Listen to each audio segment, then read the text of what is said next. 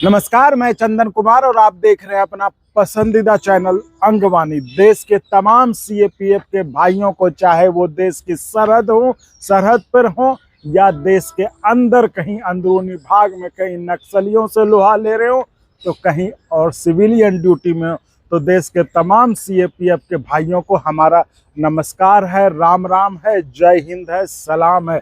तो साथियों, आज इस वीडियो में हम आपको ये जो मेरे हाथ में आप देख रहे हैं, ये आपको देखने में एक कागज का पन्ना लग रहा होगा, लेकिन ये कागज का पन्ना कोई मामूली कागज नहीं है।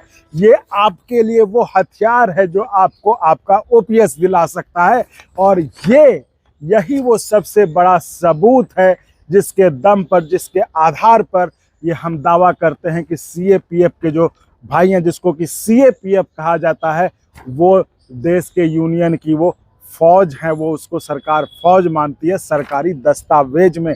तो ये वो कागज है, और इस कागज में आपको मैं बताऊंगा पढ़ के आखिर उस कागज में, सरकारी दस्तावेज में क्या लिखा है आपके लिए। तो चलिए, ये तो हम बताएंगे ही, जैसा कि हमने आपको शुरू से हम कहते रहे कि देखिए, हम कोई एक मौका नहीं छोड़ते कि आपकी बात कैसे आगे बढ़े, आपका मुद्दा कैसे आगे बढ़े, आपके समस्या को कैसे सामने लाया जाए, उनके सामने जो उन समस्याओं को समाधान करने की जिनके पास पावर है, अथॉरिटी है। और जो लोग कहते हैं कि छोड़ दीजिए, कुछ नहीं होगा, तो कुछ नहीं होगा, तो देखिए, मैं बार बार कहता हूँ, कुछ नहीं होगा तो कुछ नहीं ही होगा। अगर ये सोच के बैठ जाएंगे तो सही में कुछ नहीं होगा। इसलिए जिस तरह से हम आपके लिए हर रोज कुछ न कुछ एक खोज कर लाते हैं कि आपका मुद्दा बढ़ता रहे, आपकी बात बढ़ते रहे, जो आपकी मुख्य मांग है उसको कैसे मजबूती मिले, उसको कहाँ से समर्थन मिले, तो उसके लिए हम जिस तरह से कोशिश करते हैं, तो इसमें हम आपसे ज़रूर एक उम्मीद रहती है कि आप इस चैनल को सपोर्ट करिए, सब्सक्राइब करके, ज्वाइन करके। कम से कम सब्सक्राइब तो जरूर करिए, और जितने देश में सीएपीएफ के भाई हैं उन तक इस चैनल को पहुंचाइए, ताकि आपकी आवाज़ एक मजबूत आवाज़ बनकर उभरे और देश के उन आला हुक्मरानों के कानों तक जाए वो आवाज़। और आज तो ये वीडियो इतना फैलना चाहिए ताकि उन हुक्मरानों के आंखों तक ये वीडियो जाए, जिसमें कि ये वो दस्तावेज देख सके जो अगर वो नहीं देखे हैं तो, जिसमें कि ये साफ साफ कहा गया है कि सीएपीएफ के जो जवान हैं, जो सीएपीएफ के लोग हैं, वो यूनियन की फौज हैं। तो चलिए, हम आगे आपको बताते हैं। ये जो मैंने आपको कहा कि ये कोई मामूली कागज का पन्ना नहीं है, और कहते हैं इसी कागज के दम पर जो है दिल्ली हाई कोर्ट में जो आपका केस चल रहा था वो आपने जीता था। दिल्ली हाई कोर्ट का फैसला आपके पक्ष में आया था कि इनको ओल्ड पेंशन स्कीम दिया जाए, क्योंकि ये देश की यूनियन की फौज हैं। और इसी कागज के दम पर, और आपको याद होगा जब हम आपके वकील साहब जो अंकुर छिब्बर जी हैं, जो आपका केस लड़ रहे हैं, जो कि हाई कोर्ट में भी तब सुप्रीम कोर्ट में लड़ रहे हैं,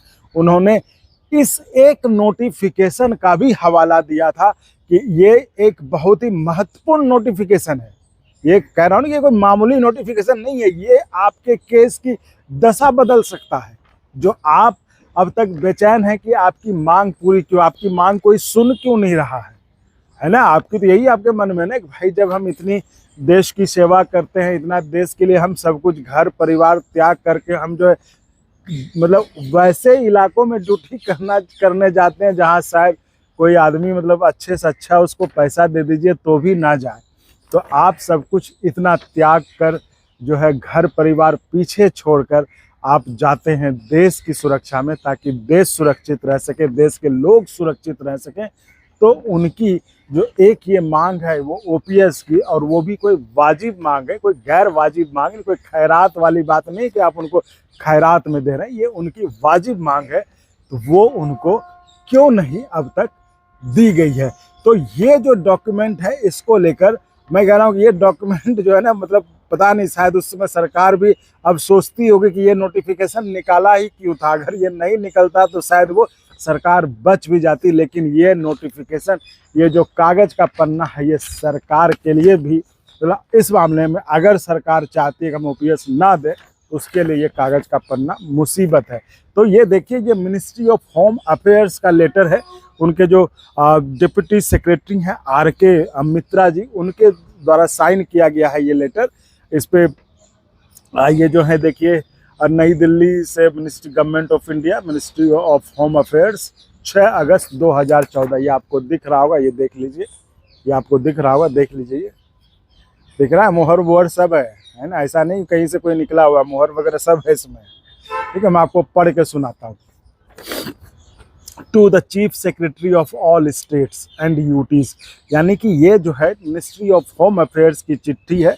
जो चिट्ठी निकाले हैं वो RK मित्रा जी हैं, वो डिप्टी सेक्रेटरी हैं, और इन्होंने ये चिट्ठी लिखी है तमाम राज्य और जो यूनियन टेरिटरीज हैं, मतलब केंद्र प्रशासित प्रदेश, उनके चीफ सेक्रेटरी को। यानी कि देखिए, जो तमाम राज्य उनके मुखिया तो मुख्यमंत्री हुए ही, लेकिन जो प्रशासनिक मुखिया वो चीफ सेक्रेटरी है, तो उनको जो है ये लेटर दी गई है। और उस लेटर में क्या लिखा है वो आप पढ़िए जरा, है ना। अब तक तो आप ऐसे ही सुनते आए कि वो एक लेटर है जिसमें, ये मैं आपको पूरा बता रहा हूँ उस लेटर में क्या लिखा हुआ है। Subject, clarification about the armed forces of union regarding central police force. मतलब ये जो है इस चिट्ठी में, इस नोटिफिकेशन में क्लैरिफिकेशन दिया गया, मतलब उसको स्पष्ट किया गया है कि जो है आर्म्ड फोर्सेस, जो यूनियन की आर्म्ड फोर्सेस कौन कौन है, उसके बारे में ये क्लैरिफिकेशन दिया गया। ये वो चिट्ठी है, तो ये इसमें देखिए लिखा हुआ है, वो मैं आपको बता रहा हूँ। तो इससे आपको भी सारी चीज़ें क्लियर हो जाएंगी कि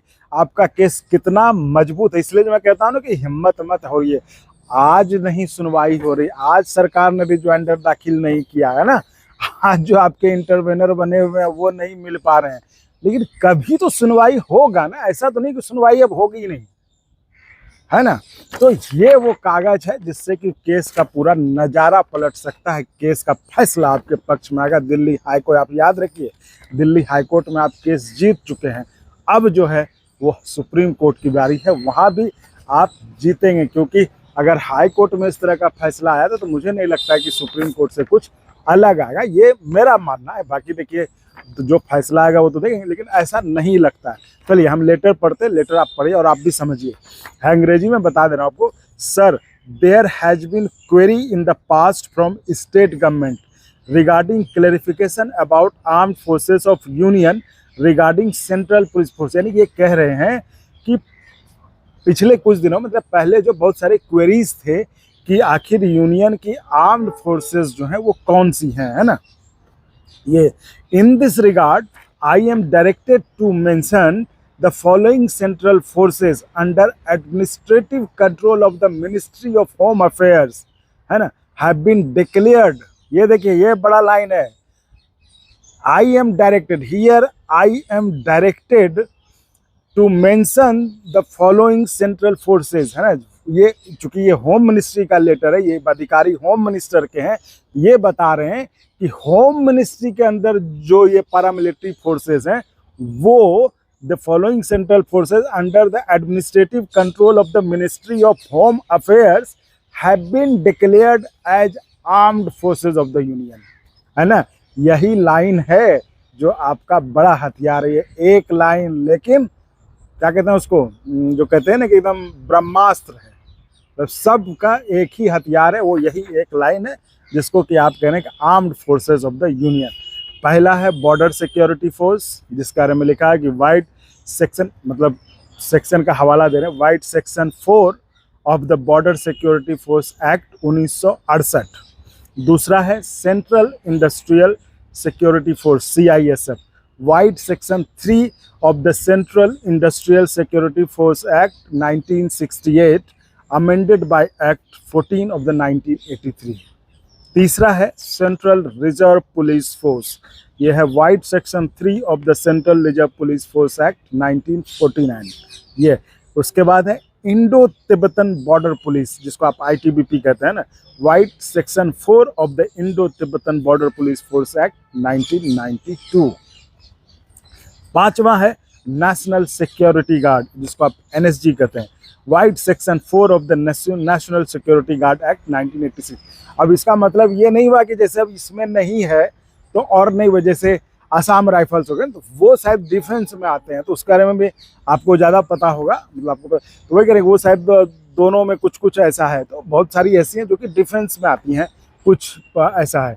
तो ये चिट्ठी जो है उनके बारे में है, जो कि मिनिस्ट्री ऑफ होम अफेयर्स के अंदर जो उनसे गवर्न होते हैं, जो उन जिनके ऊपर MHA का नियम कानून आप कहिए लागू होता है, तो उनके बारे में MHA के डिप्टी सेक्रेटरी RK मित्रा ने ये देश भर के मतलब तमाम राज्यों और यूनियन टेरिटरीज यानी केंद्र प्रशासित प्रदेश के मुखियाओं को, जो प्रिंसिपल जो चीफ सेक्रेटरी होते हैं, मुख्य सचिव होते हैं, उनको चिट्ठी लिखकर ये बताया है कि हम किसको आर्म फोर्स मतलब यूनियन की आर्म फोर्स किसको मानते हैं। और इसी चिट्ठी में यही वो चिट्ठी है जिसके आधार पर आपने मतलब ये एक मेन आधार था, एक ये कहते हैं ना कि बहुत सारे अस्त्रों में से ये एक अस्त्र था जिससे आपने दिल्ली हाई कोर्ट में वो केस जीता था और सुप्रीम कोर्ट में भी आप इस आधार पर केस वो जीतेंगे।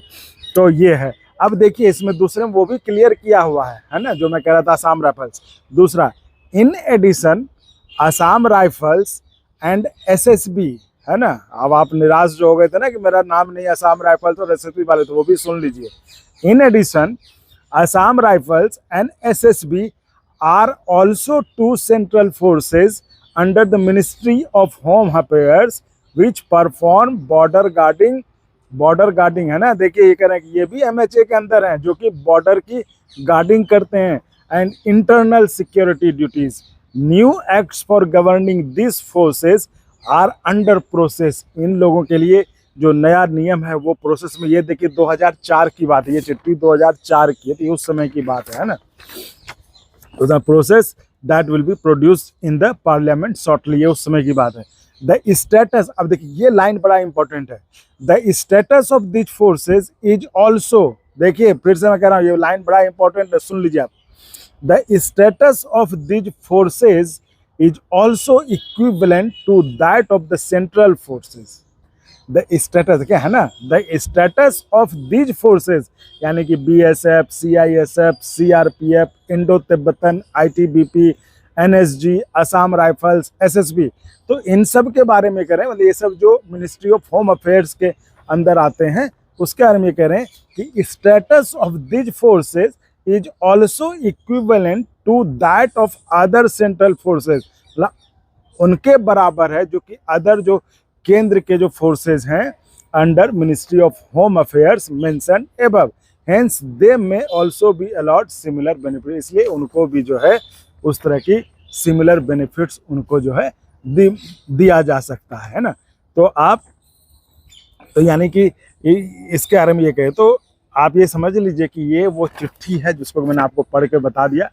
ये वो चिट्ठी है जो आपके लिए OPS का रास्ता खोल सकता है। ठीक है, तो उम्मीद मत हारिए साथियों। हम तो आपको कहें कि हम आपके लिए रोज़ कुछ ना कुछ खोज के लाएंगे ताकि आपकी बात बढ़ती रहे, आपके मुद्दे बढ़ते रहें। आप थक जाएं लेकिन हम नहीं थकेंगे। हम आपके लिए आवाज़ बनकर जो है आपके मुद्दे को आगे बढ़ाते रहेंगे, आपकी बात को आगे बढ़ाते रहेंगे, ताकि आज न कल तो सुनवाई होगी ना। कितने दिन नहीं सुनेंगे, कब तक नहीं सुनेंगे, है ना।